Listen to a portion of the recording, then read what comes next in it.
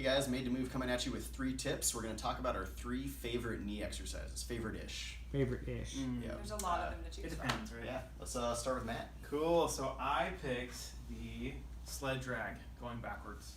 So you can do this with like TRX straps. I mean, you could just grab a rope, or like if you don't have a sled, you could essentially put a rope and then put it through a plate and like just walk backwards with it.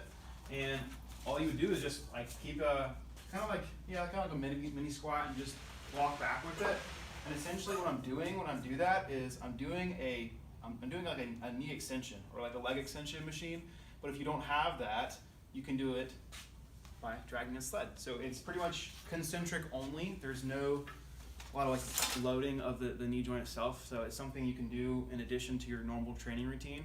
And it gets a lot of blood flow and you get big pump from it. So it's fun. Alright, anyways. Alright, so the next one is a rear foot elevated split squat. So this is going to be a great way to work on your single leg strength. It's also really hard. And you can do it from a chair, a couch, a bench, any kind of surface. So I want my foot flat on the bench, and I'm going to come out a little bit so that I can reach this knee to the ground. So I'm going to feel a pretty gnarly stretch here, but I'm also focusing on loading my knee, and then I'll stand up all the way. So you can have dumbbells, kettlebell, you can front rack, you can back rack. And you're just going to lunge. You're just going to lunge until you can't anymore. So this is the rear foot elevated split squat. Cool. Alright, we're going to talk about the reverse Nordic curl. So I'm going to have Blake do it because I'm lazy. This is an interesting one because you're going to do it in hip extension. So there's only one muscle that crosses your knee joint and your hip joint, and it's your rectus femoris.